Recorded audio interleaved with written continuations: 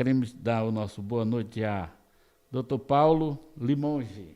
Boa noite. Boa noite. Eu quero, inclusive, externar a minha alegria, a minha satisfação de estar aqui presente, inclusive num canal que já se mostra com prestígio, com penetração, com qualidade de programação. Eu sou um fã desse veículo de comunicação, da minha alegria de estar aqui presente. Que bom. Neste programa. Ele conversando com o Marcelo, ele fala sobre você e sobre a apreciação que você tem com câmera, com essas coisas. Ah, né? Exato. É. Gosto muito disso. Então somos três. É muito bom isso. Essa interação é muito bom. Um abraço para Joselito Monteiro, que está nos assistindo nesse momento, viu? Carlos lá do sítio Queimadinhas também, que está assistindo, não é? Então, um abraço para ele. Carlinhos, o famoso Carlinho, está assistindo lá no sítio Queimadinhas. Um abraço para todos aqueles que moram naquela região. São pessoas que já estão ligados. Chegou sábado, 20 horas, está ligado no programa Noite Afora. Mas, doutor Paulo, nós estamos curiosos, né? Eu creio que o pessoal de casa também está curioso, porque com a sua presença aqui, a gente queria saber um pouquinho da sua história. Eu sei que tem muita história, tem muita coisa engavetada, e agora é a vez da gente conhecer um pouco desse médico que tem se dedicado sua vida para a recuperação, para ressurgir da saúde de muita gente. Eu queria saber, doutor, você é de que lugar? Bom, eu sou do Recife, né? Natural do Recife. Exerci minha profissão um certo período no estado de São Paulo, lá na Baixada Santista. Outro período da minha vida como médico no interior do estado e a maior parte do tempo aqui na capital do estado. Exerço a medicina, já está beirando os 50 anos. É, né? Você é clínico geral? Atuo na área de clínica médica. Me dedico, aliás, há cerca de 30 anos ao atendimento na área de gastroenterologia, mas me dedico, a minha área de atuação é clínica médica.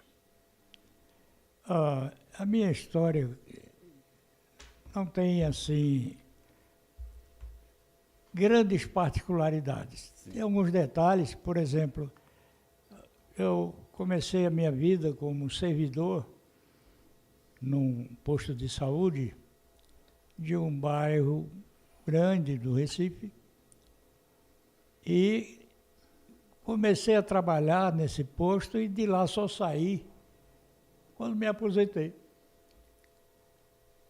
Depois que saí, eu disse, puxa, achei um pouco estranho, isso é coisa normal, comum. Sim.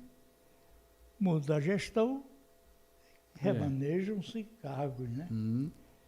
Mas depois que de lá saí, foi que me dei conta que passei praticamente 30 anos na mesma de idade. Até a única explicação que eu achei, dei para mim mesmo, disse, olha, eu acho que mudava a linha lá de gestão, e o pessoal corria lá e dizia, olha, não tira esse homem daí não, porque chegava para falar mais do que ele, ninguém aguenta. Mas eu passei esse tempo lá. Doutor Paulo, você sempre teve essa aspiração da medicina? Era um sonho de infância ou como foi esse seu chamado? Olha, eu, para ser sincero, antes de ser médico, eu me dediquei à música. Meu pai me colocou na Escola de Belas Artes, gostava muito de música, e me pôs a estudar violino. E eu cheguei a trabalhar como músico profissional um certo período. Por sinal, nessa ocasião, muitos anos antes de ser médico, eu adquiri um vício que me causou muito problema. O do tabagismo, que Chega. representaria um péssimo exemplo futuramente na É. minha profissão, né? No Sim. exercício da minha profissão, como danos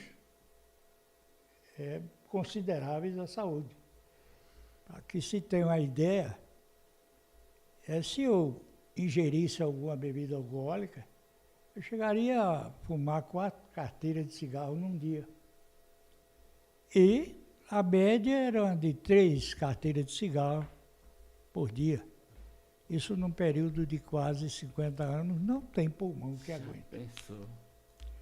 Então, olhando uma tomografia do meu de tórax, por exemplo, numa delas, a primeira palavra que surge é inúmeras, incontáveis lesões pulmonares. São bolhas enfisematosas, áreas de aprisionamento aéreo, onde o ar fica aprisionado, não sai, não entra.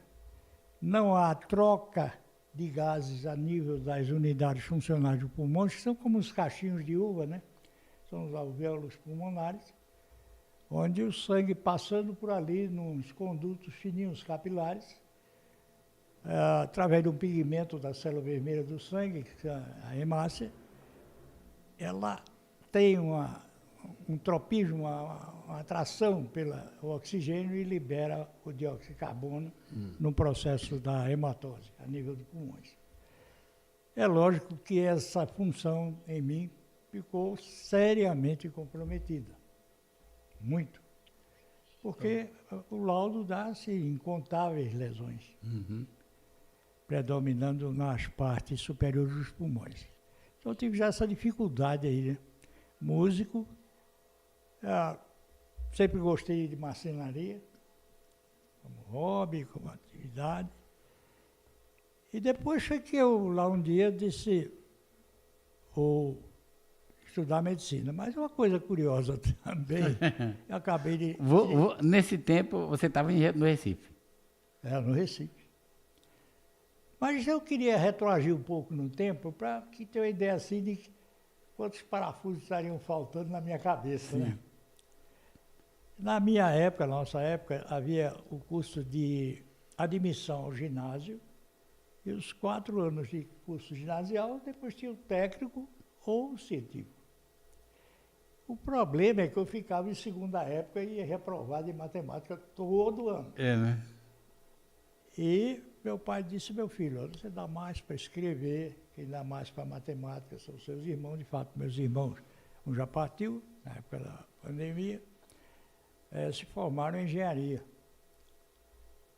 E eu fiquei com aquilo, eu digo, peraí, o pai é o mesmo, a mãe é a mesma, a cabeça é a mesma, só que não dá para matemática. Pai, compra aí o livro de matemática aí. Eu digo, para quê, meu filho? Eu vou ensinar esse negócio. Tá doido. Eu peguei aqueles livros e passei uns 2 a 3 anos com eles. Lá um dia papai sai e eu peguei uma folha de Duratex, pintei de verde, botei uns barrotes assim, fazendo uma moldura, né? Naquela época, caixa de giz, cada giz desse tamanho. Sim. Era um pedaço de madeira ligado a um feltro. Papai passou e me viu dando aula de matemática, ali alunos particulares.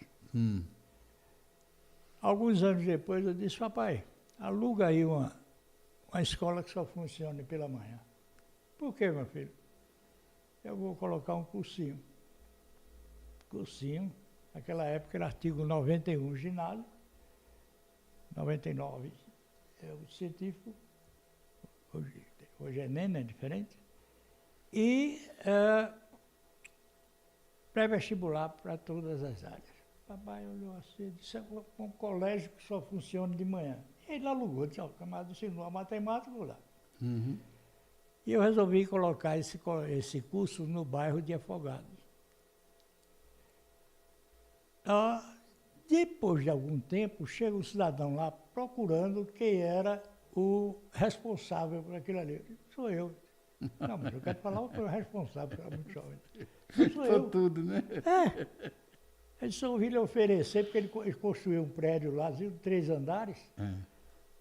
Até o nome do prédio é Edifício Fatinha, né? Sim. Ele disse, eu ouvi lhe oferecer o primeiro andar todinho para alugar, não quero nem fiador. Porque ele disse, você chegou aqui, sua empresa cresceu bem, um excelente conceito na praça, e eu ouvi lhe oferecer, meu curso era lotado. Lotado. Porque eu fiz algumas inovações. Sim. Peguei um tipo de plástico, né, me fugiu o nome do... Uma tela, né? Sim. Tem preto contorno, tem pé lá, usei uns projetor de slides, fiz umas inovações. Eu sei que eu dava o curso para todos os pré-vestibulares de todas as áreas. Digamos que um curso lá de nível cobrasse assim, vamos dizer, 350 por mês. Eu cobrava 35, ainda dava as apostilas de todas as matérias, toda semana. Tá, aí não tinha concorrência. Porque eu achava que aquele pessoal que tinha menos poder aquisitivo precisava de uma oportunidade também. Sim. Bom, passaram-se os anos depois de formado, um colega de turma, por sinal, ex-catedrático,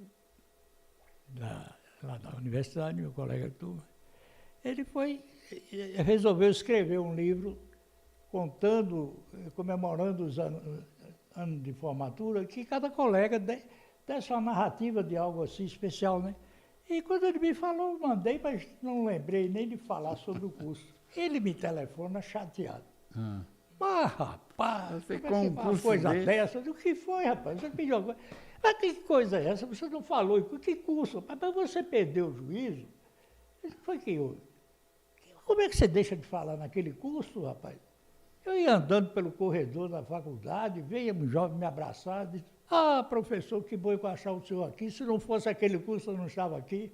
Já pensou? Você tem ideia de quantas pessoas entraram na faculdade por conta daquele curso? Foi aí que eu vim me dar conta. Quer dizer, da importância.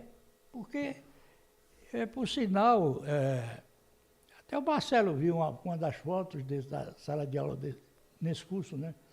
Eu levei um professor da Faculdade de Medicina para dar uma palestra lá e a sala recebeu o nome dele em homenagem a ele. Pois bem, isso teve relação com a minha vida, minha maneira de olhar as coisas na área médica. Me dedicando sempre, eu tive um olhar mais voltado para as classes menos favorecidas, apesar de que tive meu consultório nos bairros de elite do Recife. Mas com o tempo eu passei a me dedicar, como atualmente eu faço ainda, estou completando 80 anos esse ano, e 50 anos de atividade médica, né? Pensou? E eu resolvi morar perto do local onde eu trabalho, e eu trabalho com pessoas assim de menor poder aquisitivo e...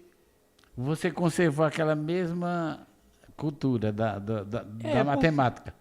Porque a minha maneira de pensar, eu vi assim, eu digo, olha, o melhor método que eu encontrei de trabalho durante esses quase 50 anos de vida médica foi o participativo.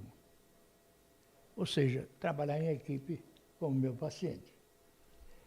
E o melhor medicamento que eu encontrei durante todos esses anos, eu encontrei esse medicamento, o título dele, o nome é Informação. Informação.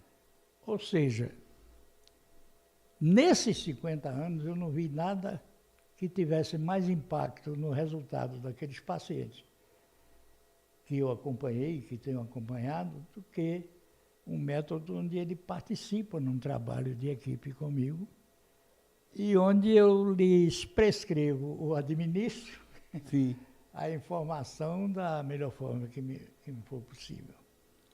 Então, eu creio que até hoje eu não me arrependi dessa ótica, né? Dessa maneira de encarar isso aí. De sorte que eu sempre procuro estabelecer o diálogo procuro conversar, se bem que o exame médico começa quando o paciente entra no campo de ação do médico, de visão. Sim. Por exemplo, o paciente entrou à porta do consultório, ele não sabe que já começou a ser examinado. A maneira que ele se movimenta, se tem algum defeito ortopédico, alguma coisa que aponte para algum problema neurológico, alguma coisa que aponte para algum problema hepático, como os olhos ictéricos, ou um problema cardiovascular, como nós temos o tronco braquicefálico, o engurgitamento de artéria carótida com veias jugulares, que é o tronco braquicefálico. Enfim. Já começa a estudar. Porque entrou com uma certa proporção entre o que observa a proporção entre altura e peso, até que ele chega à cadeira e senta e começa o diálogo. Ele não sabe que o exame dele já começou um pouquinho antes. Mas não é todos que fazem isso não, né? Você tem essa é qualidade. A linha que veio, essa coisa. Aí é que mora o segredo do sucesso, né? Que você tenha com seus pacientes. Pacientes. Por exemplo, eu sempre fui uma pessoa meio desligada. Certa ocasião, um paciente meu chegou e disse, olha, doutor, eu encontrei lá um recorte de jornal, tem o retrato do senhor. Eu digo, foi isso. Estava lá na biblioteca, ali, Castelo Branco. Onde? Um quadro lá de aviso. Ali ficam os artigos mais importantes, não sei o quê. Eu digo, que história é essa? E aí foi me levar uma cópia lá. Foi o dia que o Diário de Pernambuco inaugurou a impressão a cores. Nessa época, eu tinha um consultório na Ilha do Leite. Então, foram me procurar para uma entrevista sobre um tema lá. Isso tomou a página inteira do primeiro caderno de domínio do Diário de uma Pernambuco. questão histórica. Eu fiquei Foi uma surpresa para você. Para mim, mas logo eu. Outra ocasião me convidaram para, dentro da vivência médica, as coisas, me perguntou o que tinha assim de diferente, né? E me convidaram para uma entrevista na televisão universitária. E era uma espécie de debate com um professor meu, catedrático, um homem altamente preparado, uma mestra em nutrição, e eu lá, recém-formado, como estudante. Aí tinha uns colegas que diziam, rapaz, você perdeu o juízo, vai para ler. Eu digo, rapaz, se eu fizer muito feio, eu acho que o problema é mais com ele, que me ensinou muito bem, sabe? E fui para lá, para esse negócio. Então, a minha vida profissional tem esse... Você teve... É uma coisa sua, né? Você fazia isso porque você aprimorava... Era uma coisa natural, né? É uma coisa assim, sabe? Um modo de ser. Sim. Não era uma coisa calculada do meu dia a dia. Claro que a gente vai somando, né? Vai aprendendo a cada dia. Certo.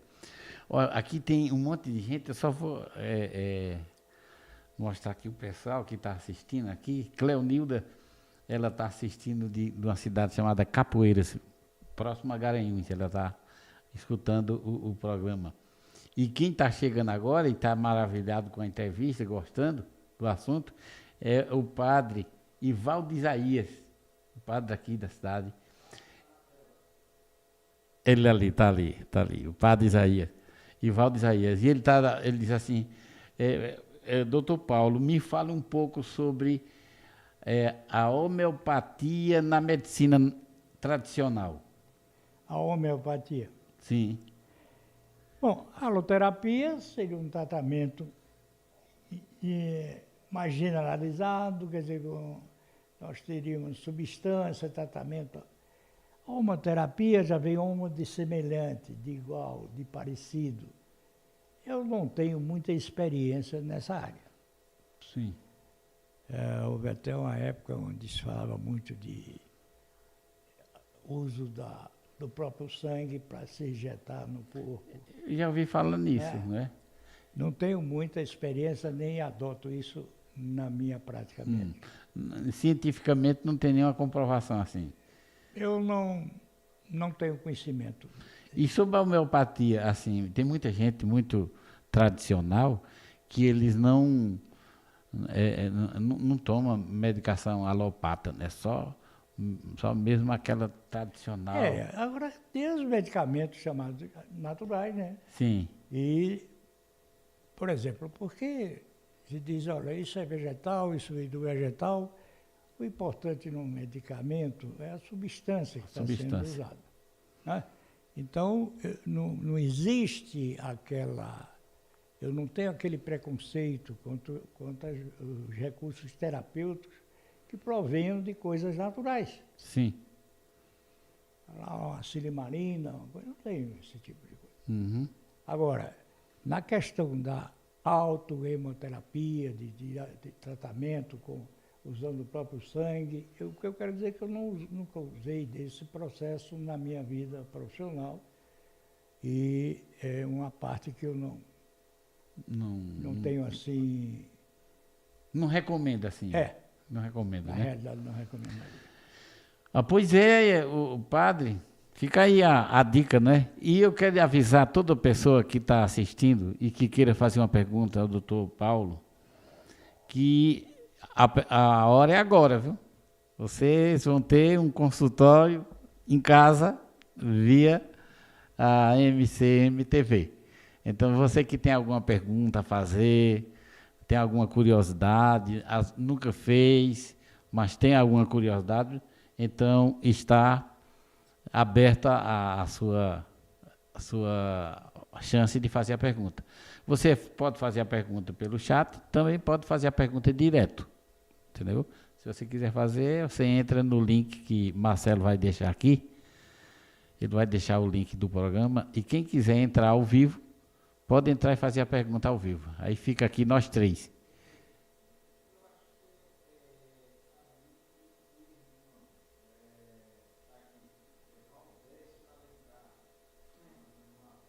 Sim. Valdeci Alencar, né? Está dando boa noite. E especialmente ao amigo Dr. Paulo. Conhece, né, Valdeci Alencar? Boa noite. Pois é. Vocês conhecem, né? Então a gente já é conhecido. E a Luiz Almeida está dando boa noite também. Boa noite. Viu? E o pessoal está participando aqui. Viu? Quem quiser participar, entra no número, se quiser entrar ao vivo, e se não, entra no chat também. Então, doutor Paulo, olha aqui, esse é o telefone para quem quiser entrar ao vivo, viu? É o 0879-9966-2699. Quem quiser entrar ao vivo aí fica aqui com a gente. Mesmo você de casa, de onde você estiver, você pode fazer a pergunta. Quero esse número. Você entra no número, Marcelo manda o link. Tá bom? Então, eu até estendo a oportunidade para a Késia, que lá de São Paulo, que ela gosta muito e ela tem muitos problemas assim, de saúde, ela disse, eu vou ver se eu faço pergunta ao doutor. Então, a oportunidade é agora, fazer algum problema. Vanderlei está dizendo, doutor Paulo, que vem a ser dor no ombro, quadril e calcanhar. Eita, logo tudo, olha, a receita completa. Eu gostaria... Eu acho que ele está passando por isso. Eu gostaria de começar a responder essa pergunta dizendo o seguinte, se alguém me perguntasse, doutor, eu estou com dor de cabeça, o que é que pode ser? Umas 100 coisas diferentes podem causar uma dor de cabeça, uma cefaleia. Sim, uma dor no ombro, uma dor articular, pode ter causas variadas. Em medicina não existe isso de isto é aquilo. Sempre várias coisas podem ser causa de várias coisas. Mas há um detalhe. A maioria, grande parte dos pacientes a quem eu presto assistência, eu percebo um nível bastante elevado de ansiedade. Tem a ver com isso? Veja, nós passamos o dia ouvindo muitas vezes o que não nos agrada. e vendo o que não gostamos, de qualquer lugar do mundo. Sim. Pois o que passa diante dos nossos olhos, nós gozamos da visão, vemos. O que ouvimos, às vezes um ruído, um barulho, não deixamos de ouvir, temos audição. Agora, há uma diferença entre ver e olhar, entre ouvir e escutar. Eu escuto algo que me interessa, algo que me agrada. Eu olho algo que me chama a atenção por sua beleza, tal. Vejo que me desagrada, um desastre. Só que eu nunca vi ninguém com a válvulazinha de panela de pressão na cabeça. Então, nós estamos a absorver, a receber estímulos, principalmente pela audição, pela visão, e eles se acumulam, causam determinadas tensões, que, vamos dizer assim, transbordam via subconsciente e são espalhados no corpo através das chamadas manifestações psicossomáticas.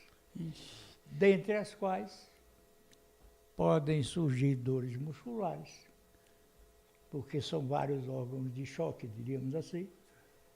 Poderia surgir o que nós chamamos de parestesia, uma sensação assim modificada, uma dormência, formigamento de extremidade. Por exemplo, a neuropatia. Apatia, vamos dizer que termina com patia, doença. Neuropatia, doença de nervo periférica da extremidade. Então, poderia ter, por exemplo, de causa tóxica, medicamentosa, alcoólica, diabética. Mas esse transbordamento poderia fazer sentir uma sensação dessa de formigamento, dormência na mão. Poderia dar uma dor no estômago, produzir uma dor no estômago. O paciente foi lá e disse, doutor, eu estou com azia tremenda. Sim. E para ele, até prova em contrário, uma azia é igual a gastrite. Porque, primeiro que gastrite não é uma doença só. É um conjunto. Um conjunto. Vários tipos. Mas a cabeçada do paciente é assim. Segundo, que sendo uma doença muito frequente, é muito comum que ela venha associada a outras queixas muito frequentes. E o paciente atribui que aquelas queixas significam aquilo, que ele fez submeteu uma endoscopia digestiva alta e foi observado uma gastrite e ele sentia determinadas coisas que ele vai passar a associar aquilo. Associar com aquilo. É. Então, por exemplo, ele diz, olha, doutor, é uma azia terrível o dia todo. Bom, o estômago ele é revestido pelo muco, a parte interna, que protege a sua parede da agressão ácida. A parte que está acometida por um processo inflamatório, esse muco não adere perfeitamente. Sim. Então, ela fica exposta à ação do ácido. Por consequência, no estado de vacuidade, com o estômago vazio, no intervalo das refeições, é natural que ele vá sentir uma azia maior, um incômodo maior. E quando ele se alimenta, ele obtém um pouco de alívio. Por quê? Porque esse ácido se mistura com o alimento, é menos ácido em contato com a área exposta. Aí alivia um pouco. Agora o paciente, não, doutor, pode ser a hora que for. Eu acabei de comer, o estômago já está queimando. Então o médico já deduz, já analisa que ele está sentindo realmente aquilo, mas o problema está no estômago, mas não é por causa do estômago. Sim. O estômago está sendo órgão, digamos, de choque, onde o cérebro está descarregando aquela tensão. Um outro seria o chamado cérebro abdominal. O intestino está localizado no intestino. Ligação muito estreita entre intestino e mente. Então, o paciente passaria a apresentar, durante alguns meses, alguns dias de diarreia e normalizava. Ou prisão de ventre e normalizava. Ou diarreia alternada com prisão de ventre, o período de normalidade por vários meses. Eu não sei, não é por maldade, mas geralmente o brasileiro olha para o outro e quando vê assim, está um pouco pálido, ele olha assim, puxa, rapaz, você está branco. Você está branco. Procura um médico, porque eu conheço um cara que tinha isso e geralmente é uma coisa ruim, viu? Mas ele não faz isso por mal, é o costume que a gente vê por aí. E ele olha um caso dele e diz, rapaz, procura um médico, esse troço aí, eu conheço um cara que tinha isso, aí lá vem o negócio. Pois bem, isso seria um diagnóstico possível, isso seria síndrome do intestino irritável. Sim. Ou seja, o órgão de choque do estresse, que estava, digamos assim, transbordando Então, no vem cérebro, da mente estava também. descarregando lá. Um aviso, porque, por exemplo, a dor tem uma importância, ela diz alguma coisa tá É um errada. sinal. Cerca de 30% dos hipertensos não sentem nada. E se ele não tiver aquele hábito, cuidado de fazer um examezinho todo ano, e se tiverem os exames normais, ele repetir no ano seguinte, ou só acompanhar aqueles que apresentaram alguma alteração, ele não vai fazer coisa nenhuma. E quando de repente ele vai sofrer um acidente vascular, porque a pressão está na estratosfera e ele está não sentindo sente. nada. Então a dor tem sua importância aí. Então quando pergunta, eu estou com a dor articular no ombro, Sim. outra no quadril, Sim. olha, ele pode ser uma poliartrite, uma artrite de inflamação, de várias causas. Pode ser um problema postural, pode ser um problema de desgaste da articulação, pode ser um problema da chamada lesão por esforço repetido devido à atividade profissional que ele exerça. Então, cada caso Aí pode é um sentir, caso. no caso, a pergunta do Vanderlei, que pode sentir problema no ombro, pode ser no quadril. No quadril. No calcanhar. Outra coisa importante, a densidade do colchão onde ele dorme. Por exemplo, a coluna tem suas curvaturas normais. E se eu usar algo com a superfície para dormir muito dura, a coluna só vai se apoiar em determinados pontos. O peso do corpo ali. Obviamente, é sobrecarregando, traumatizando mais certos pontos. Quem vive muito, assim, em computador, que fica numa determinada Exato, posição. a posição viciosa, que vai produzir, inclusive, com o tempo, desvio de coluna. Os vícios posturais terminam causando desvio, escoliose, cifose, né?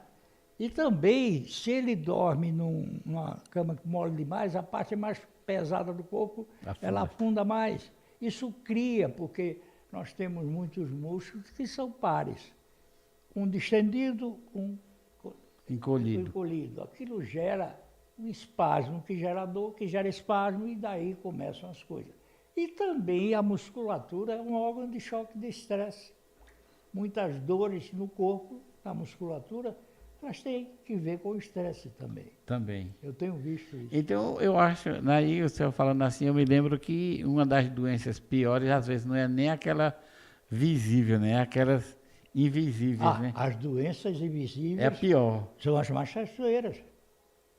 Mais traiçoeiras. Eu já vi casos de a pessoa chegar e dizer, olha, eu vim trazer aqui a minha mãe, uma pessoa, digamos, de 40 anos, vai levar a mãe de, vamos dizer, 70 anos. É porque ela não gosta de médico, não faz exame nunca, não quer saber de fazer exame. E eu trouxe aqui para fazer exame. Enquanto elas estão conversando e eu observando, aí eu me levanto para fazer o contorno, para me aproximar dela. De repente ela cai morta na minha frente. Meu Deus. E não estava sentindo nada. Nada. Causa mais provável, tromboembolismo, ela tinha um coágulozinho lá, não sabia, não fazia exame, desprendeu-se o fragmento e tromboembolismo. Já pensou?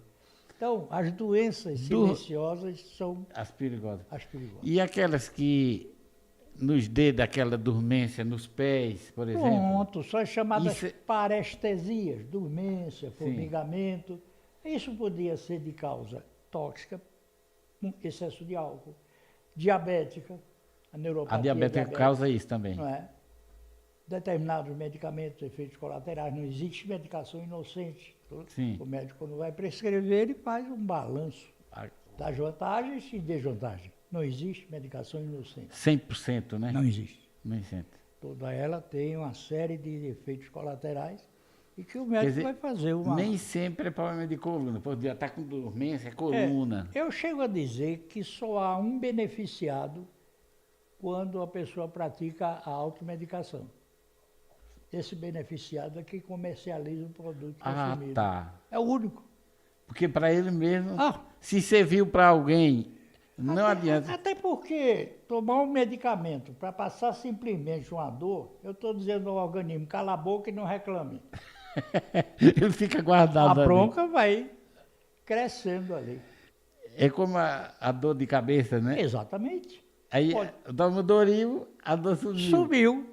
Agora vamos ver por que essa dor de cabeça. O que é que está provocando isso? Quase 100 coisas diferentes podem produzir dor de cabeça. Então, o fato de se eliminar uma dor não significa que resolveu o problema. A solução, geralmente, não vem de fora para dentro. Sim. Vem de dentro para fora. O paciente tem que ser esclarecido do porquê da dor, da importância da dor, e direcionar todo o trabalho em equipe do médico e paciente. Isso, cada um tem seu processo, respeito. O meu método é esse.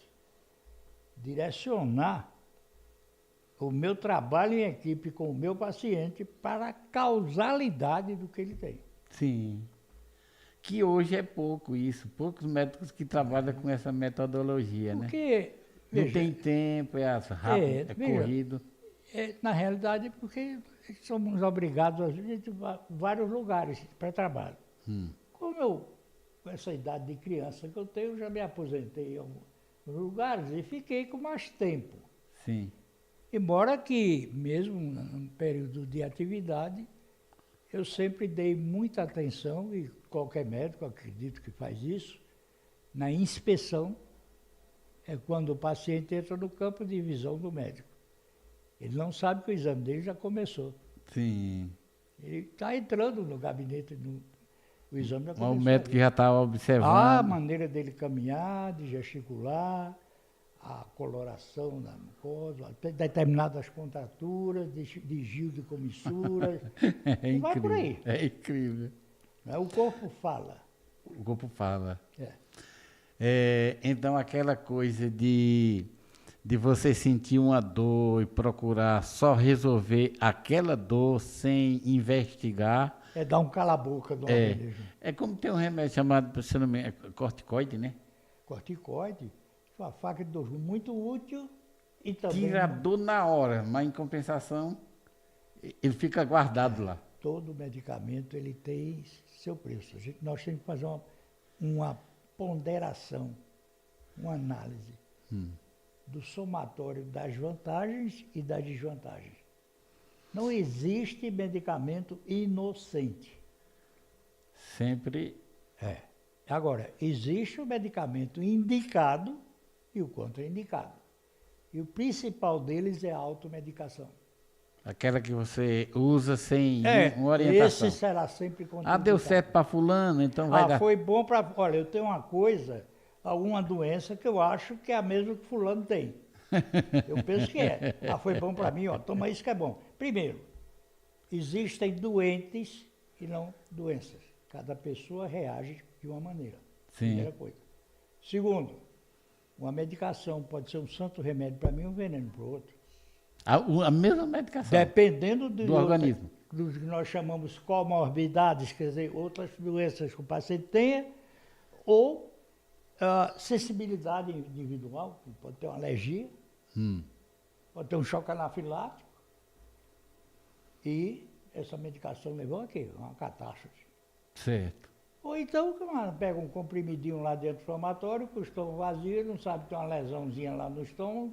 Eita, Vai sério. ter um sangramento, uma consequência mais séria. Daniel Fitch está dizendo, doutor Paulo, eu não sei, essa pergunta é meio pesada. Doutor Paulo, o que faz mal? Bebidas alcoólicas ou maconha? Veja bem, todo remédio... Diz que a maconha é bom, mas é remédio, né? E muito veneno é remédio. Depende da dose. É verdade. Já dizia Paulo de Tarso que pequenas doses de vinho era salutar para o Saudável. estômago. É. No entanto, a sensibilidade ao álcool varia de pessoa a pessoa, como a reação às doenças variam de pessoa a pessoa. Então, uma pessoa que tolera uma determinada quantidade de álcool, bebida alcoólica, para outra já é uma catástrofe. É tanto que a reação de embriaguez é muito diferente, né? Tem gente que toma 3, 4, 5 cervejas e fica bonzinho. Tem outro que toma um copo e já fica tonto, né? Exatamente. E outra coisa, a tolerância hepática, né, do fígado, varia muito. E os danos silenciosos, que o paciente está sentindo nada e o fígado dele lá está começando a ter problemas, alterar determinadas taxas que o médico vão mostrar ao médico que algo está fora do lugar. Mas o paciente não sente nada. Eu tenho pacientes jovens que, olha, está explodindo de saúde. Vai olhar Mas lá já os está exames gerando de alguma fígado coisa. dele, rapaz, se cuida, porque você deve ter tanto tempo, não sei quanto, calculadamente, mas você caminha para uma cirrose. Se demorar mais uns tantos anos, será um hepatocarcinoma. Numa pessoa assim, da minha idade, de 60, 62, um check-up, quais seriam os exames requeridos para uma pessoa? Veja bem, de um modo geral, a pessoa deve partir de um princípio, tratar da saúde e não só da doença, já começa aí. Mas os exames gerais, o mais elementar, o primeiro passo possível, as taxas no sangue, colesterol total, triglicerídeo, ureia, creatinina, ver como é que anda a função renal, transaminases, TGP, gama-GT, outra enzima, substância que dá uma ideia da função hepática, a dosagem de vitamina D, importante na densidade óssea, dá uma olhadinha assim, bom, pode ter sinais físicos, mas que pede de rotina, às vezes, para controle, avaliação T4, TSH, avaliar a tireoide. Mas eu diria o seguinte, uma consulta anual com o cardiologista, verificar a proporcionalidade entre peso e altura. Porque, olha, se eu pego um exame de sangue para dosar o açúcar, e o limite máximo normal fosse de 99 miligramas, eu encontro lá ele em 102, 104. Eu tenho uma pulgazinha aí atrás da orelha da possível intolerância ao açúcar. Aí eu olho um pouquinho lá o triglicerídeo, que é outro tipo de gordura, pouquinho aumentado. Eu olho o colesterol total, outro pouquinho. Aí pouquinho não tem problema, veja que eu estou juntando pontinhos. Aí eu olho uma desproporção entre altura e peso. Eu olho a circunferência abdominal. E se ela tiver de 102 para lá no homem, eu já começo a pensar num conjunto. Sinais é aquilo que o médico vê. Sintomas é aquilo que o paciente relata, sente. Quando eu junto as duas coisas, eu posso dizer que eu tenho uma síndrome diante de mim. E esses sinais aos quais eu me referi agora, poderiam estar relacionados a uma síndrome chamada metabólica, que está na base da causalidade de todas as doenças cardiovasculares no mundo. Já pensou, rapaz? Então, de coisinhas assim. Mas só um pouquinho a barriguinha, e triglicerídeo não dói. Outra coisa, eu vou fazer uma dietazinha, mas uma vez sozinha não vai fazer mal, não dói. Ele vai perdendo, por exemplo, o triglicerídeo, por exemplo. Eu olho que a gordura animal vai alterar a dosagem de triglicerídeo e de glicose no sangue. Mas no caso do triglicerídeo, a bebida alcoólica vai alterar. Também. O açúcar vai alterar. Mas eu não sou diabético, mas comer doce vai alterar. O excesso de peso vai ter relação com isso. Então, a falta de atividade física, o sedentarismo, caminhada, os inimigos tal. da saúde, né? Então, se eu começo a juntar as coisas, porque é o seguinte, as pessoas se impressionam porque dizem, isso causa isso. Em medicina não existe nunca nem sempre. Então eu posso dizer, isso vai causar isso, não existe. Nenhum fator de risco isolado produz doença nenhuma, como nenhum fator de proteção isolado. Por exemplo, fibra. As fibras são importantes para o intestino porque estimulam o peristaltismo, quer dizer, as contrações do tubo digestivo que impulsionam o conteúdo, porque a digestão é o desmonte do alimento até sua forma mais simples, que passa do aparelho digestivo para a circulação e leva para nutrir o corpo. Ora, se eu pego e digo, as fibras são boas, elas ajudam a prevenir o câncer de cólon, quando nós nos referimos ao intestino grosso, elas combatem uma prisão de ventre, ou ajudam a combater. Nesse caso, elas vão prevenir a hemorroida, ou a piora delas, ou uma fissura não, uma coisa vai emendando na outra. Aí eu digo assim, bom, se elas são boas para câncer, então eu não vou ter câncer. Não, senhor. Nenhum fator de proteção isolado não protege contra coisa nenhuma.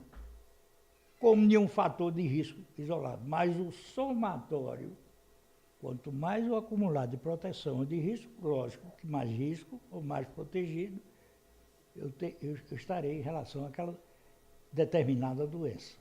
Então, o que é que eu aconselho geralmente? Trate da sua saúde antes que a doença.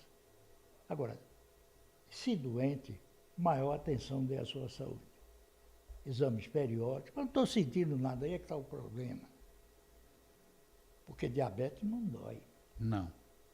Quando ela vem produzir dor, neuropatia e alteração da sensibilidade, parestesia, esformigamento, Na vista. o negócio já está, né? É. Como, por exemplo, eu posso ter a pressão lá em cima e não sentir nada. Como também eu tomo meus medicamentos para pressão, está tudo de ordem, de repente a pressão foi lá em cima. É. Foi o que aconteceu? Eu tive uma contrariedade e o fator emocional mexeu. O que importa é que deu o pipoco, foi lá em cima.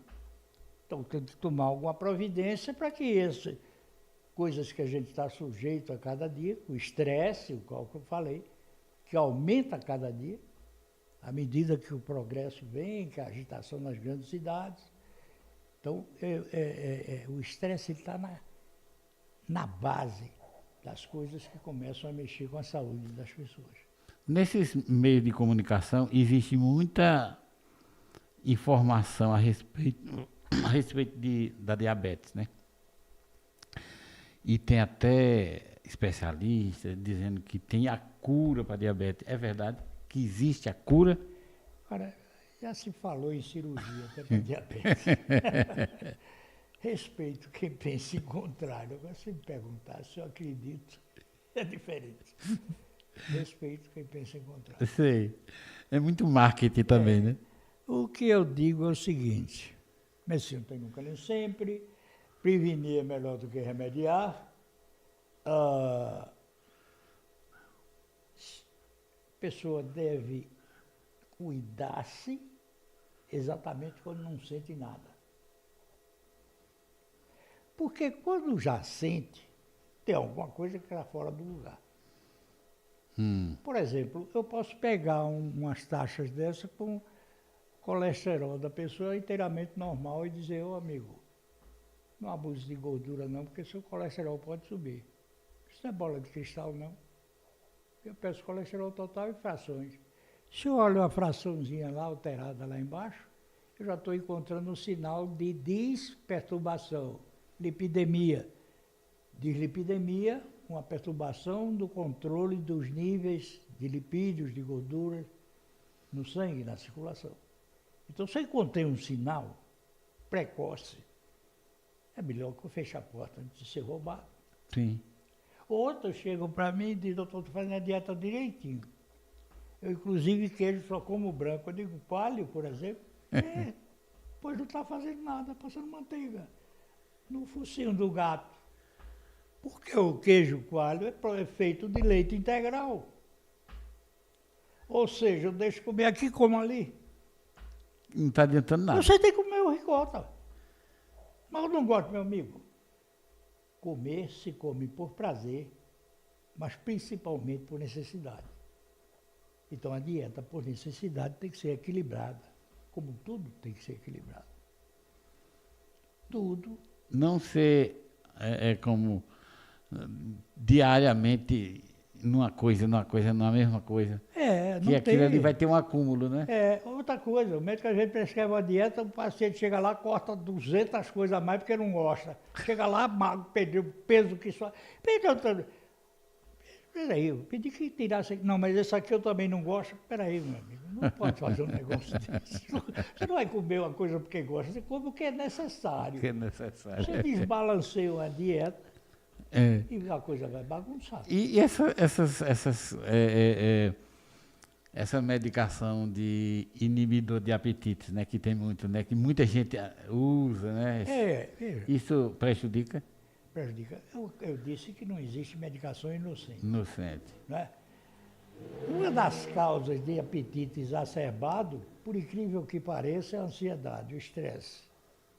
Uma das causas. Mas, quando o apetite está um pouco aumentado, e geralmente tem algum estresse, geralmente, nem sempre. Vamos balancear essa dieta? Vamos afastar coisas que têm mais facilidade de aumentar o peso. Vamos aumentar a atividade física sem exagero. De tal sorte que uma coisa é um ajuste sobre vários ângulos, sobre vários aspectos. Sei. O problema na medicina é esse. Isso não é isso nunca. E medicina não tem nunca, nem sempre. Eu dou muito valor a essa questão de cuidar da saúde e não esperar que adoeça.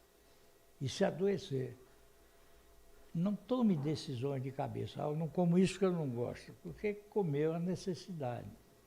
Uma dieta equilibrada é uma necessidade. O paciente não sabe que a perda de peso rápida traz muito prejuízo. Devagar se vai ao longe. O indivíduo perder... eu já fiz isso, já fiz essas loucuras de fazer um regime do suco verde, 7 dias, aquele processo que ele bota na internet, e eu entrei naquela em 8 dias, eu perdi uns 8 quilos, era 1 quilo por dia, mas passei uma fome tão triste que quase morro. Eu não acredito que um negócio desse faça bem. Sinceramente, eu não acredito. Eu prefiro uma perda de peso lenta e mantida, porque ela implica numa mudança de visão, de postura, de conduta, porque se a conduta varia, eu faço a dieta agora, uma vezinha só eu saio, eu estou me enganando. É aquele efeito sanfona aqui muitas vezes, né? Tem que ter a consciência, é necessário fazer isso e dessa maneira. Então, ou fazemos ou não. Porque numa dieta nós nos privamos de coisas que gostamos. Agora, privar do que gosta, para não adiantar nada, se enganar, porque na hora que eu dei uma saidinha já bagunçou lá. Sim. Vai haver um enrijecimento progressivo das artérias, e isso sobrecarrega o coração, porque quando o coração joga uma bomba, ele bombeia uma onda de sangue na árvore circulatória, ela tem uma determinada dilatação, e aquele setor que dilatou, ele se contrai, porque é elástico, impulsionou para o seguinte que dilatou, e aquilo vai auxiliando o trabalho cardíaco. Enquanto numa academia eu vou fazer exercício físico, vamos aumentar a musculatura do corpo, mas no coração é uma coisa diferente. Quando a musculatura cardíaca fica hipertrofiada, ela aumenta, o espaço lá dentro, onde vai se colocar o conteúdo,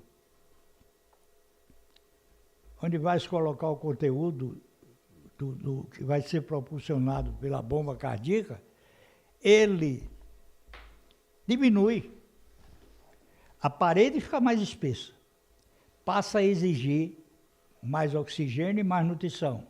O espaço que contém o sangue a ser bombeado diminui. Então o coração vai trabalhar muito mais para entre o momento que ele trabalha, quando ele se contrai e quando ele se relaxa para descansar, é a hora que enche as coronárias, levando sangue, oxigênio e nutrientes para a parede. Ora, quanto mais espessa essa parede, mais nutrientes ela vai necessitar. Quanto mais espessa, o espaço que devia ser preenchido por sangue a ser bombeado, menor. Veja que a sobrecarga cardíaca vai aumentando. Uma coisa puxando. Aí por isso que aumenta a pressão. Não só aumenta a pressão, como acaba com o coração, né? Ele fica Termina musculoso. esse coração falindo aí. Por exemplo, um indivíduo que tem uma pressão 16/10, constante. Alterada. Isso aumenta o que nós chamamos de resistência periférica, é a perda progressiva de elasticidade da rede vascular, e isso aumenta o trabalho cardíaco, porque ele não conta mais com... Porque quando o músculo se contrai em torno dos vasos que nós chamamos, conduz o sangue, né? Ele impulsiona o sangue arterial para frente, como a própria elasticidade do vaso. Se eu perco aquilo, eu vou perdendo, eu vou aumentando a sobrecarga do coração. Quando eu aumento, a musculatura dele aumenta. Quando a musculatura dele aumenta, ele se torna menos potente. Porque nosso coração são 4 bombinhas, né? 2 aurículas, a parte superior, e 2 ventrículos. Esses ventrículos são as bombas maiores, e o esquerdo vai bombear para o corpo todo. Então, eu acho não, a minha consciência como médico, como médico pensa dessa maneira, a prevenção é melhor do que o remédio, a informação é o melhor remédio e a participação é o melhor método. Melhor. O Vanderlei, lá de Fortaleza, ele está fazendo uma pergunta aqui, ele disse, doutor Paulo, gripe mal curada. Falar sobre a gripe mal curada. Quais os sintomas? Bom, em primeiro lugar, entender uma coisa, que existem doenças que se parecem muito. Gripe com resfriado. Sim, é diferente. Resfriado não é uma gripe leve. Resfriado é uma doença viral produzida por um determinado tipo de vírus. E gripe é uma outra doença produzida por outros vírus, como influenza. Segundo, toda doença mal curada, o nome já está dizendo. Mal curada. Mal curada, o negócio não vai terminar bom. Tá bom. Então, uma doença mal curada é porta de entrada para outras doenças. No caso, por exemplo, ele falou em gripe, eu imagino não é que talvez resfriado. Uma coisa que passa uma semana, 2, resfriado, tá, aquele negócio. Aí, o que acontece? Primeiro, a pessoa tem que ter uma boa ingestão de líquido, porque não existe melhor expectorante do que o líquido. A Pensa água. por aí. Ele vai ter uma diurésica, ele vai urinar mais, ele vai eliminar, digamos assim, um lixo que não serve para o organismo, são os metabólicos eliminados pela urina. Ele vai diminuir a viscosidade de secreção, por acaso fique retido dentro da árvore respiratória. Sim. Não é? Ele vai equilibrar a sua dieta de modo que ele tenha um aporte de vitaminas. Por falar em vitaminas, tem uma coisa interessante. Muitas pessoas amanhecem indispostas. E a primeira coisa que elas pensam, pelo menos o público que eu atendo, que é aquele menor grau de informação, eles acham que está faltando vitamina, porque eles amanhecem indispostos, ou fracos. Eles não percebem que eles sentem aquilo que não atingiram a fase profunda do sono. Eles não precisam fazer uma polissonografia para isso. É simples, fechou os olhos com a luz, as pálpebras olhar. Que é um sinal de excitação. Ingere geralmente muito café, cafeína é um estimulante. Então, ele não atingindo a fase profunda do sono, a finalidade do sono é o quê? Equilibrar o consumo de energia com o ganho. Então, o cérebro, o labirinto informa a posição que o corpo está, deitou, não havendo doença cardíaca nem respiratória, o que é que vai ocorrer? A frequência cardíaca vai diminuir, o ritmo respiratório vai ficar mais lento e a pessoa, o movimento peristáltico, aquele que eu falei que impulsiona o motorzinho, que impulsiona o conteúdo do aparelho digestivo. Chegou aqui, dilatou com o alimento, aí contraiu e empurrou para frente. Aí vai. Esse também para poupar gasto energético. Então, aquilo parou durante o sono. O labirinto informou a posição que está o cérebro. Aí o camarada foi dormir, mas não atingiu a fase profunda. Ele não descansou. E tem um probleminha também, não sei se você concorda, mas um negocinho que atrapalha muito isso é o celular, né? Por todos os motivos. Primeiro, a luminosidade do celular inibe a produção do hormônio do sono. Você vai dormir e fica, antes de dormir, pega o celular e fica mexendo. Isso aí, olha. Tela, televisão, celular, é um tipo de frequência de luminosidade que inibe a produção do hormônio do sono, melatonina. Às vezes você estava com sono, mas viu um celular, uma coisa interessante, foi olhando, depois passou o sono, claro, aí vira. Inibiu o hormônio do sono. Aí amanhece o dia quebrado. Ele vai achar que é falta de vitamina. Aí mete cuscuz com carne. Aí vai desequilibrar mais o peso. Aí aumenta. Eu estou fraco, é vitamina. E não sabe que não atingiu a fase profunda do sono. Rapaz. Vamos ver como é que está essa atividade diária, qual é a atividade de lazer, que atividade física ele pratica, que é absolutamente necessária a prática de atividade física. Então, a saúde, ela é basicamente, ela se estrutura na informação. Agora eu estou entendendo o que você falou no começo. A informação é muito... É tudo. Ela chega para mim, doutor, eu quero vitamina, eu estou fraco, amanheço já quebrado. Eu vou examinar o camarada, eu vejo que ele não dorme, tem que dizer uma coisa, seu sono não é leve. Eu disse, senhor. O senhor acorda fácil, senhor. O senhor amanhece indisposto, mas quebrado. O senhor demora a dormir? Demora. Peraí, por que o senhor está perguntando tudo o que eu estou sentindo? Você já estudou o caboclo. Eu já vi, eu estou examinando o camarada. Já estudou o caboclo. já tá na mão. O camarada está lá e o pé balançando e a mão está assim, entendeu? Então, há que se ter uma leitura do que o corpo diz. Eu sou do tempo que dou muito valor a essas coisas. E é importante isso. Para mim tem sido, nesses 50 anos. Aí o Vanderlei está dizendo aqui, e a gripe mal curada? Ela já é uma pneumonia? Olha, uma coisa interessante é que tem gente que diz assim, olha, eu estou com um começo de pneumonia. Sim. Ou o indivíduo tem pneumonia ou não tem. Não existe esse negócio de começo de doença. Sim. Quando ela vem aparecer, porque já existe. Porque tem gente que chega assim e diz, olha, isso é para mim que eu estou com começo. Sim. Eu não conheço isso, postar ou não. E quanto à gripe, como qualquer outra doença mal curada, ou ela com certeza está sendo mal cuidada, ou está havendo aí o que nós chamamos comorbidade, alguma outra doença que está tendo impacto naquilo. Ou o indivíduo não bebe água, porque não tem sede, e não tem sede porque não bebe água. Olha para aí. Água agora tem remédio, né? Muita gente não bebe água porque não tem sede, e não tem sede porque não bebe água. Agora ele começa a tomar uma porção de água como se fosse medicamento, de hora em hora, todo dia. Eu não estou com sede, mas vou tomar porque é como medicamento. Depois de um certo tempo ele recondiciona, sente a sede, passa a ter uma sede e uma ingesta mais adequada de líquido, uma melhor diurese é volume urinário, e com isso ele já evita um bocado de doenças e problemas. Inclusive essa gripe mal curada, com a secreção respiratória lá presa lá dentro, com certeza. Água nela.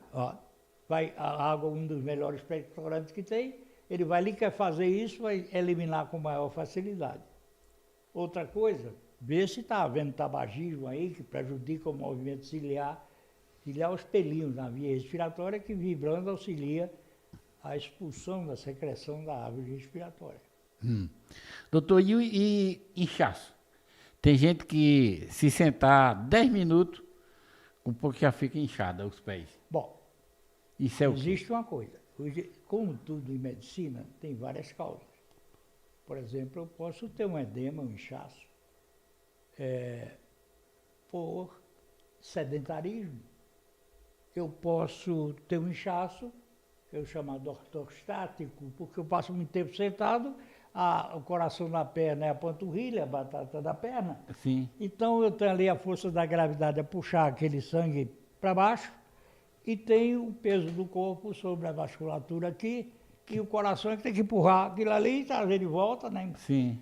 Então é claro que vai haver uma lentidão nessa circulação Ixi. e um extravasamento de líquido para o intestício, que nós chamamos, para o interior dos tecidos. Por isso que a atividade física é importante, primeira coisa. Segundo, a postura, né, atividade. Também a vasculatura, porque com o tempo as veias começam logo a sofrer. Elas têm uma válvula, tem válvulas que quando o músculo contrai, empurra o sangue um pouquinho para cima e a válvula não deixa voltar. Mas se a válvula for bagunçando por conta da dilatação exagerada da veia, então isso já é outra causa de edema. Então causas vão se somando para causar determinada... Por isso que eu digo, medicina não tem nunca nem sempre uma coisa, não quer dizer outra necessariamente, são várias coisas. Então a primeira coisa que deve ser combatida é o sedentarismo, que tem a variz que não tem. O andar de bicicleta é um bom exercício? É um bom exercício, a caminhada. Não é? Mas qual é a melhor, a caminhada ou o exercício? Olha, o pior é o atleta de fim de semana. É aquele que não faz uma avaliação cardiológica, não tem o condicionamento físico e de repente ele vai fazer uma coisa que forçado. Não tem o devido preparo, condicionamento, e ele pode ter o que nós chamamos de uma isquemia relativa. Quer dizer, ele precisava de mais sangue oxigenado ali na hora que não chegou. Ele sofre um acidente cardiovascular. Muita gente morre, jogador de despreparo. futebol, Exatamente. inclusive, né? Por causa disso, né? É. Porque era para o jogador estar imune Pois de muita é, coisa. por isso que sim, medicina não tem nunca nem sempre. Veja que ele tenha cuidado pela medicina desportiva. Agora imagine o que não cuida. É. Eu passo a semana todo dia com a vida sedentária, fim de semana eu vou bater uma pelada. Aí força demais, acha que acumulou durante a semana vigor, aí vai... Uma passadinha uma vez por ano, pelo menos, no cardiologista. É. É lá o seu eletrocardiograma, dependendo do que o colega Pra ver encontre, seu ecodoppler, o limite, né? Seu teste ergométrico. Não é? Prevenir é sempre melhor. Melhor do que remediar. Mas olha, muita gente está assistindo, agora o pessoal não está escutando. Olha, gente, vocês fazem pergunta também. Aí ficam escutando.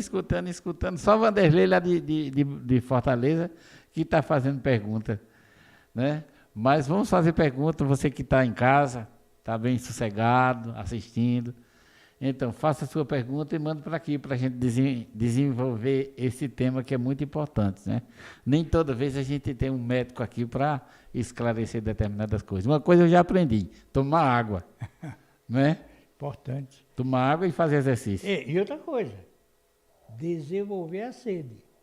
Porque do jeito que espasmo produz dor, por exemplo, você pega uma pedrinha, entra no conduto, vai do rim para a uretra, que é o ureter, entrou ali, machucou, causa dor.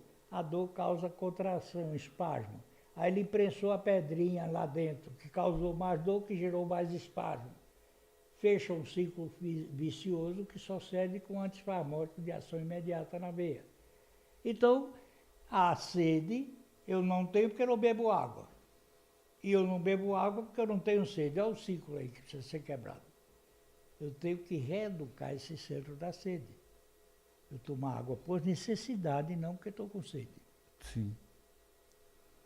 Aí de hora em hora eu vou tomar um copinho. É como se fizesse uma limpeza no organismo, né? Exatamente, vai desenvolver outro hábito. Entendeu? E é bom para os rins também, né? É claro, o rio é um filtro. Ele limpa, né? Todo... É o filtro. Veja, por exemplo, que tem, quando se olha o exame de urina, aí não é raro se encontrar cristais de ácido úrico, oxalato de cálcio. Aquilo como uma areinha ali.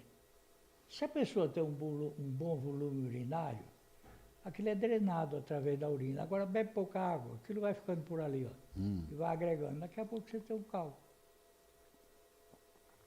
A Igreja Presbiteriana de Redenção, aqui em Lajeado, está dizendo um profissional experiente é outra coisa.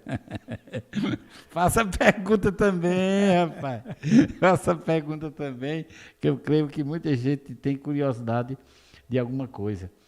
A gente sempre tem, porque na hora que a gente vai ao médico, geralmente ele já vai porque está doente. É. Ele já vai desanimado, triste, e ele já está se lembrando daquele sintoma. Ele não sabe o que vem a ser. Mas como você falou, isso é uma coisa que vai acumulando de vários pontinhos, né? E o principal que ele deve se habituar, se conscientizar, é tratar da saúde. Eu tiro por mim. Eu não como, eu não gosto de massa. Não gosto de. Como assim na casa dos outros? Pizza, macarrão. Eu não uso em casa. E o meu triglicerídeo é lá em cima. Puxa vida, logo a coisa que eu não gosto de massa e o triglicerídeo é alto. Veja, a hipertrigliceridemia, que é a elevação dos níveis sanguíneos de triglicerídeos, que é um tipo de gordura, ele tem origem genética. E ele aumenta não só com gordura, com massa. Porque aumenta o excesso de hidrato de carbono, aumenta o peso, a obesidade vai interferir nisso. Ele aumenta com bebida alcoólica, ele aumenta com doce, embora a pessoa não seja diabética. Ele aumenta com sedentarismo, quer dizer, tem que ser um conjunto de coisas. Às vezes você não come aquilo ali, mas como não gasta, vai juntando, né? Vai armazenando. Armazenando. E outra coisa, a necessidade, em alguns casos, de que se use recurso medicamentoso. Por exemplo, eu já tenho paciente com triglicerídeo acima de 1000. Isso é um risco enorme, inclusive para o pâncreas, né? Pâncreas, né? O padre está dizendo assim, doutor Paulo, coração dói. O povo diz, né? Eu estou com uma dor no coração. É verdade isso? Existe essa... Veja bem, coração dói. Mas geralmente quando dói é para derrubar. Aquela dor... Porque, veja bem, a dor, a que mais se parece com a dor cardíaca é a dor da inflamação do esôfago, da esofagite por refluxo. Então, a crise de esofagite por refluxo pode mimetizar, pode simular uma dor cardíaca, porque a dor cardíaca tem determinadas irradiações, para o queixo, aqui para a mandíbula, para o membro inferior esquerdo. Mas isso não tem nunca nem sempre. Uma dor precordial em aperto, acompanhada de náusea, sudorese, quadro típico. Mas pode vir atípico. Sim. E pode vir um mal-estar. Então, no geral, quando o coração vem a doer mesmo, é para derrubar. É porque ele já está num grau bem avançado. É um negócio importante, tem que ser visto. Tanto é que primeiro vai se olhar o coração, depois é que vai olhar o esôfago. Eu posso ter uma dor no esôfago, quer dizer, causada por uma esofagite de refluxo, geralmente, e que simule uma dor cardíaca. E eu vou primeiro na dor cardíaca pesquisar por conta do risco de vida, que é muito maior, obviamente, numa dor de origem cardiovascular. O César Souza está dizendo, como lidar com o problema da gordura no fígado? Veja, é uma das coisas que está sendo diagnosticada a cada dia mais. Ela é consequência, uma das consequências mais frequentes é o sobrepeso. A gordura no fígado. É o excesso de peso em relação à altura. Outra, a ingestão de bebida alcoólica. Da cerveja, por exemplo. E o que se chama esteatose hepática, que controlando o peso é o sedentarismo.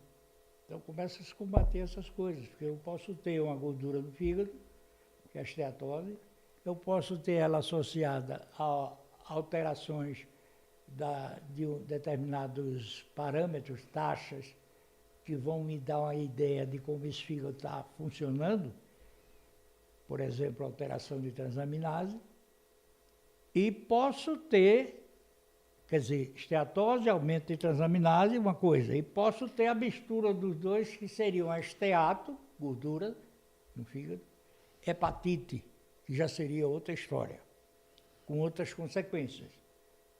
Num determinado prazo, uma possível cirrose.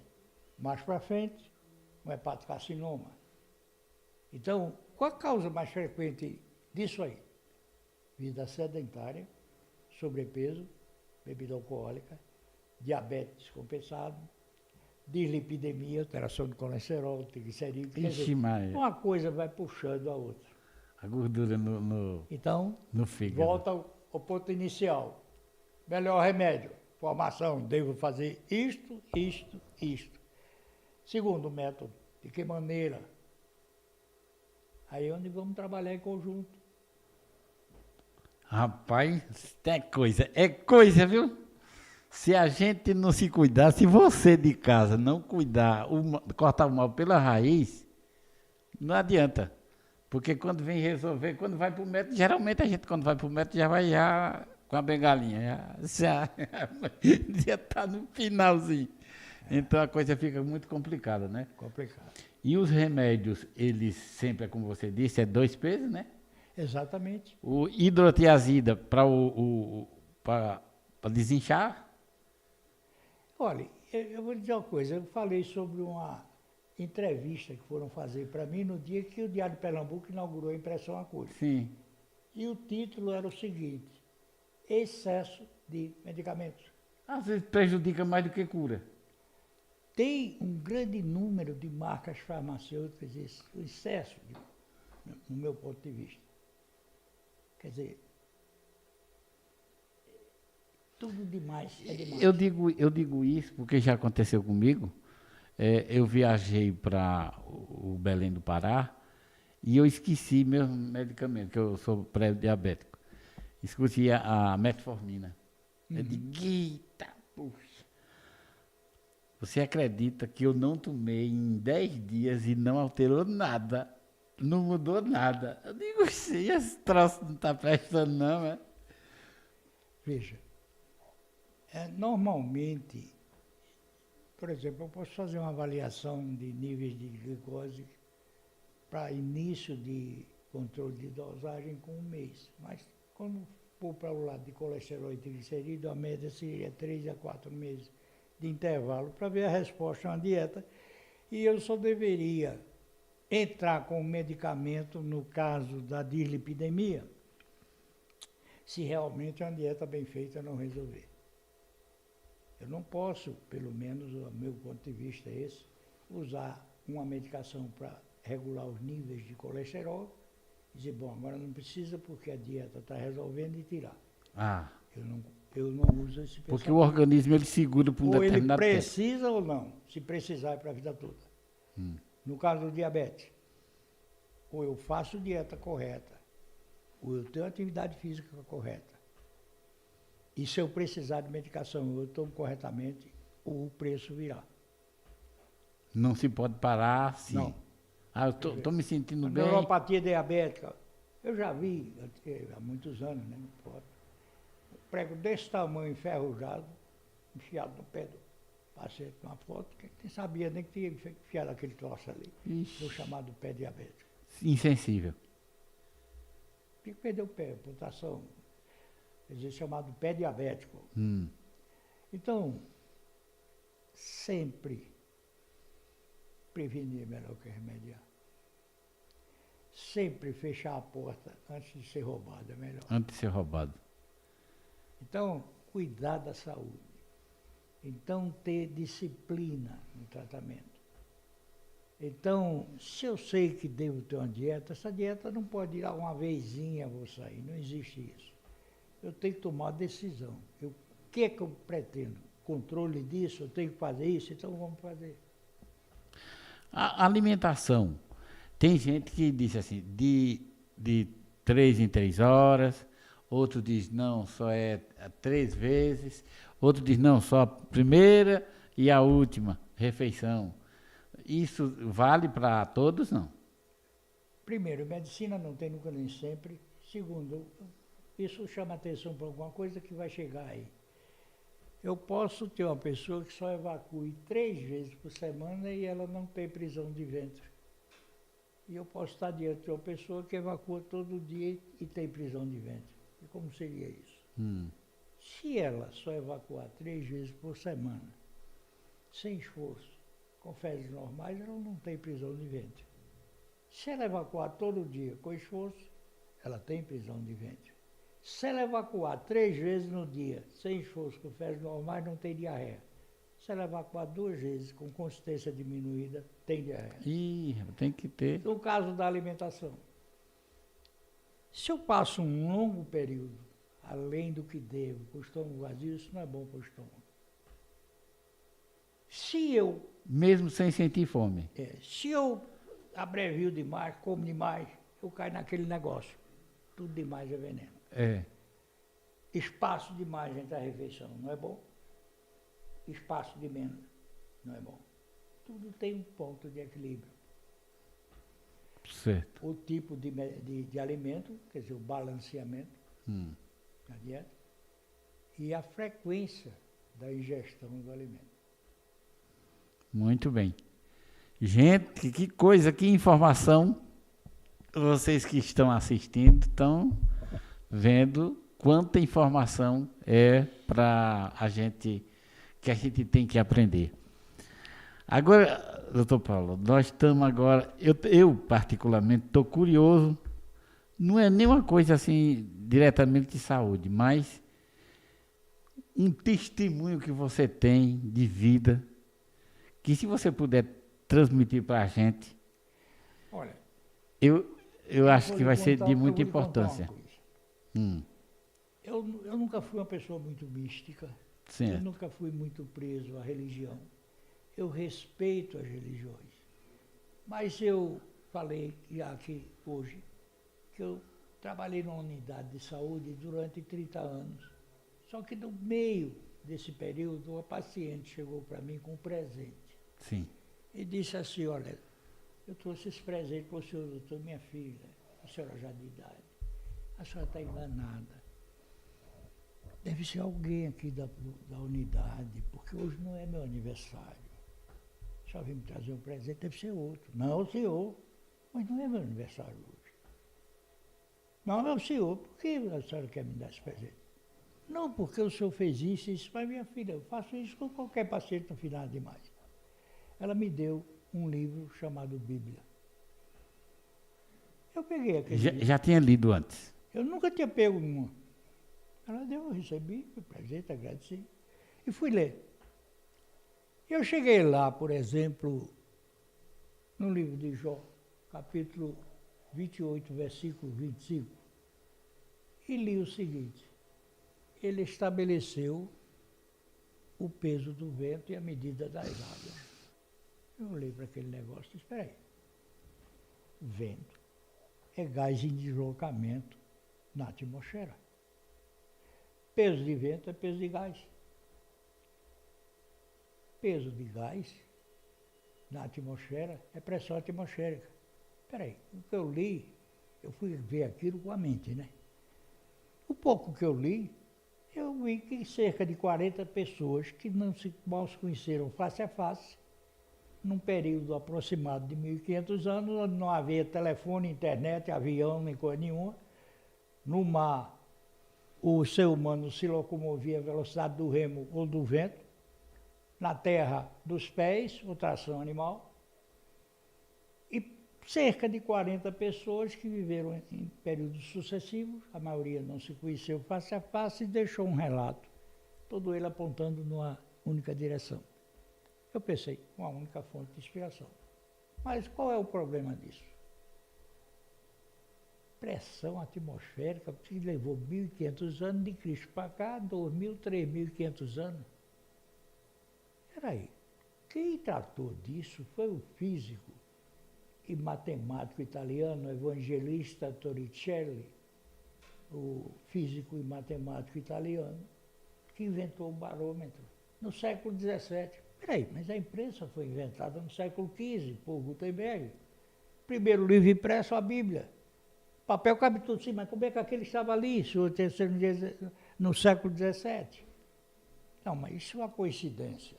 Aí eu volto para o 27,6 ou 26,7 e tem assim, ele estende o norte sobre o vazio e faz a terra pairar sobre o nada. Outro susto. Isso é a lei da gravitação universal de Isaac Newton. Publicada no século XVII, mas a imprensa no século XV, já imprimiu o primeiro livro, a Bíblia, já postava aquilo. Outra coincidência, vamos lá para Isaías, viveu cerca de 750 anos antes de Cristo. Disse 40:22, mais ou menos assim, há um que habita sobre o círculo redondeza da terra, cujos moradores são como um gafanhoto, estende o céu como uma cortina e os desenrola como tenda para neles habitar, algo assim. Peraí, mas pelo pouco que eu li a respeito, Isaías viveu cerca de 750 anos antes de Cristo. Mas a primeira fonte extra-bíblica a tratar desse assunto, sobre a redondeza da Terra, foi o bibliotecário, poeta, geógrafo, astrônomo, Eratóstenes, um grego que viveu em Cirene cerca de 2 séculos antes de Cristo. Eu fui juntando coisas desse tipo, depois escrevi 4 livros que nada mais eram do que o que eu li e disse com minhas palavras, e minha vida não mudou coisíssima nenhuma. Passaram-se os anos, eu falei que fui músico, adquiri o vício de tabagismo, péssimo exemplo como um profissional de saúde, um vício que tem sequelas importantes. Se você olhar uma tomografia minha, o Marcelo viu, a primeira palavra que tem no laudo é o seguinte: incontáveis, inúmeras lesões pulmonares, não dá para contar. Eu tenho praticamente 80 anos, estou aqui falando, creio, num ritmo normal, não apresento nenhuma, pelo menos agora, perturbação do ritmo respiratório, que nós chamamos de dispneia. Eu creio que estou respirando aqui normal, falando no ritmo normal. Sim. Mas se eu olhar meu pulmão, diz, não tem pulmão. Como é que pode ser um negócio desse? Aí passou, né?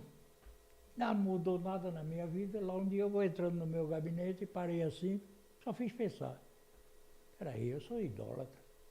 Meu Deus está sendo minha cabeça. Se meu Deus fosse minha cabeça, eu passava por essa parede aqui e não tinha problema. Era transparente, né? Eu não consigo passar, eu não sou Deus. É o seguinte, eu não vou tomar mais, eu tomei tudo quanto é remédio para ver se deixava de fumar. Fiz a desculpa do cara, né? Eu não consegui.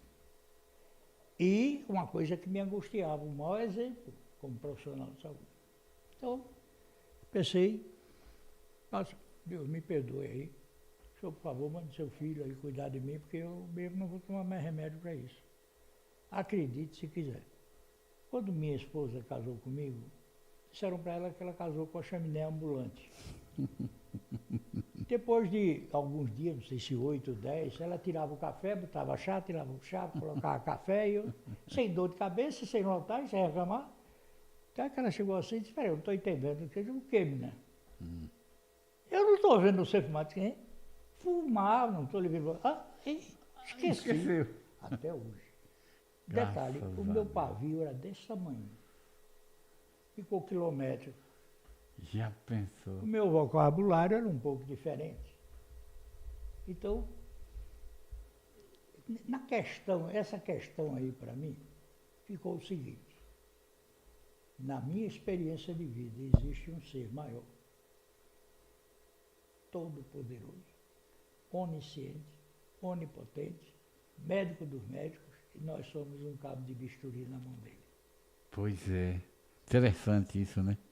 Que Porque coisa comigo boa. isso aconteceu assim. Qualquer colega que quiser pode olhar minhas tomografias. Quer ver outra coisa? Eu, há 5 anos, me submeti a uma densitometria óssea para ver a reserva de massa óssea. Eu tinha uma perda de 40% da massa óssea. Como eu diagnostiquei um câncer para o qual não existe quimioterapia, câncer de próstata, e desenvolvi uma doença de origem genética, onde meu sangue não coagulava bem. Se eu furasse o dedo, ficava pingando vários minutos, até que eu fizesse pressão, alguns minutos para parar. Eu não podia me submeter a tratamento cirúrgico. Aí só me restou a rádio. A rádio, como todo tratamento, tem suas contraindicações. Algumas pessoas com poucos dias têm, outros não, porque medicina não tem nunca nem sempre. E eu fiz toda a série de um mês e, graças a Deus, não tive nenhuma complicação e o tumor foi eliminado. Mas acontece o seguinte, eu conversando com ela, eu falei que um dos hobbies é marcenaria. E eu conversando com ela, em vez de dar uma martelada num prego, dei nesse dedo. Ai, Ia que ter azar. esmigalhado ou fraturado. Que E azar. tá bonzinho aqui. Eu não sou marciano, não sou ET, não sou feito de outra massa. Mas a ciência não me explica, porque esse dedo não fraturou. Então, a sua pergunta é a seguinte. Eu não sou uma pessoa assim muito ligada à questão religião, respeito, todas elas. Uhum. Mas eu acho que a pessoa pode cumprir tudo quanto é mandamento, lá está dito mesmo que é servo inútil. Sim. Eu posso ser um anjinho, mas nem os outros discípulos de apóstolos de Cristo sabiam quem era o joio que estava ali no meio. Que estava junto. Eu não acho, respeito a religião de todo mundo, mas na minha experiência de vida, se eu pudesse fazer alguma coisa para ajudar esse ser no seu trabalho de minha salvação, ele não existiria. Porque ele não era perfeito, ele não fez a coisa completa, precisou que eu completasse. Então, a mangueira da manga, porque é mangueira, não para ser mangueira. Sim. A pessoa exerce determinada obra, ou boas obras, porque é. E não salva, para ser. E não para ser. Essa é a minha posição. Aí chegou a frequentar, pertencer a alguma denominação? Olha, eu entrei para observar em algumas, não tenho nada contra. Nem a favor.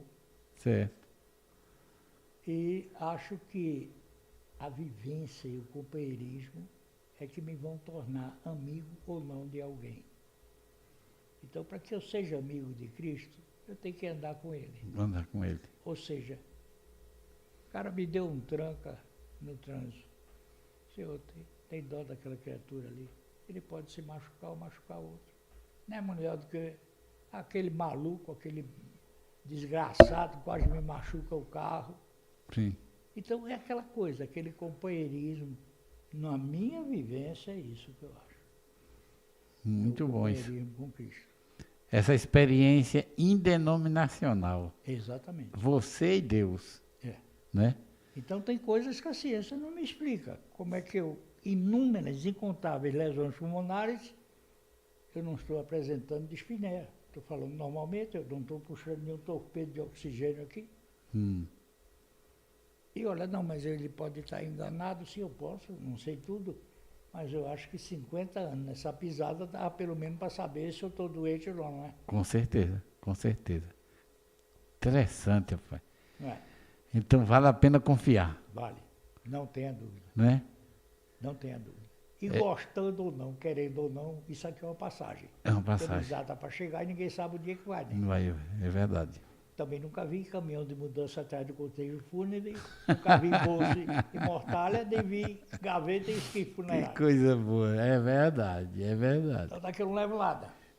É verdade. E aqui, querendo ou não, eu estou passando. E novo, aos 80 anos, 80 anos. não tem quem diga. 80 Tá um menino sem novo, pulmões, praticamente. hein? Sem pulmões. Praticamente, meus pulmões é um bagaço. Mas foi reconstruído, não tem condição né? Olha, podia-se pensar numa adaptação, mas ela tem um limite. Numa reestruturação, o fígado é capaz de se restaurar, Sim. mas não creio que um pulmão todo esbagaçado ele vá se restaurar todo assim. Mas não. Deus é Agora, agindo Deus, quem impedirá? Quem impedirá? Rapaz, que coisa bonita. Que história interessante. Então, esse médico realmente faz jus ao título de médico dos médicos. Sim, sim, sim. É uma experiência pessoal que você teve, assim, e que a ciência não consegue explicar. Não. E para mim mudou o sentido, porque eu podia cumprir tudo quanto era mandamento, toda a liturgia religiosa, ser o mais disciplinado dos membros de alguma religião e tirar nota 0. Sim. Porque não tive um novo nascimento, ou seja, não tive uma modificação radical na essência do meu ser. Essa modificação que traz paz, que é uma paz que o mundo não pode dar. Não pode. Pois ele disse, deixo-vos a paz. A minha paz vos dou. Não vos la dou como o mundo a dá. Não se turbe o vosso coração, nem se atemorize. Que coisa boa. É isso mesmo. Esse é o médico do né? médico. Esse é o que frequentemente está no meu consultório. Eu vou lhe contar uma coisa. Pode contar. Eu presto serviço a uma determinada empresa e o pessoal passava o dia todo brincando na entrada do estacionamento. Era filho disso, filho daquilo, aquelas anedotas e tal. E na época da pandemia tinha um estacionamento, o meu consultório ficou na área externa, meia parede, tinha a parte de sol com a brita, do outro lado o pessoal da sala que estava esperando para ser atendido por outros colegas lá, eu aproveitava para dar algumas informações sobre questões médicas. E nesse meio falava sobre esse médico. Por coincidência ou não, você entra qualquer hora lá, você ouve o barulho de uma mosca. Você não ouve mais uma daquelas piadas. E eu já cheguei a ver alguns lendo esse livro que eu ganhei de presente. Tu já pensou? Que coisa interessante. Então, alguns minutos lá falando outras coisas que eu não sabia nem que eles estavam ouvindo isso.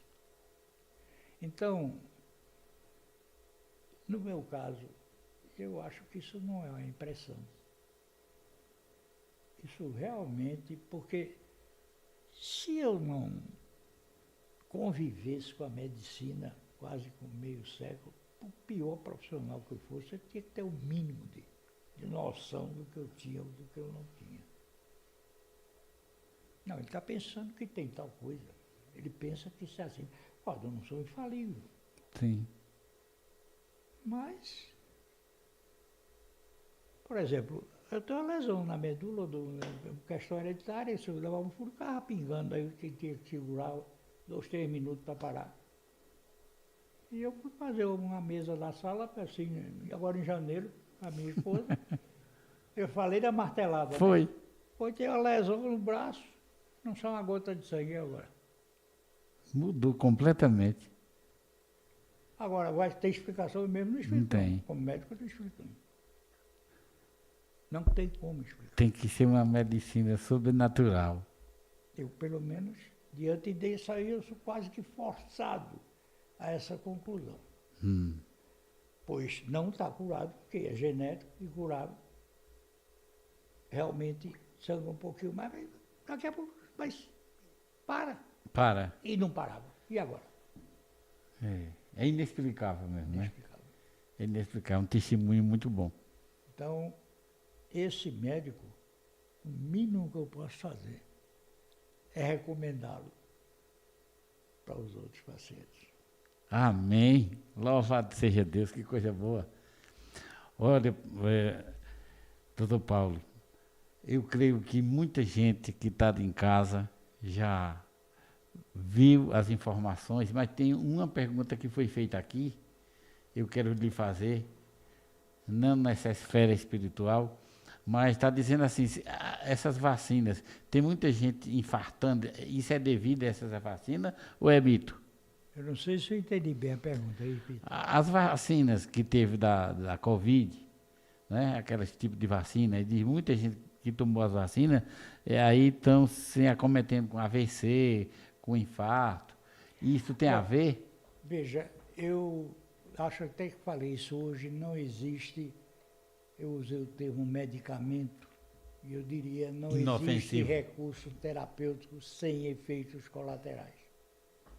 Começa por aí. Então, não existe algo que eu aplique num paciente que é isento 100% em todos os casos de efeitos indesejáveis. Certo. Agora, se você me pergunta, funciona, não funciona? Depende das condições de quem toma, de como toma, por que toma. Eu prescrevo uma vacina tetânica para um paciente, se eu ver indicação e aquilo vai funcionar. Uhum. Então, é aquela história, medicina não tem nunca nem sempre. Ah, mas vacina não serve de nada. Peraí, ela pode até ser um veneno.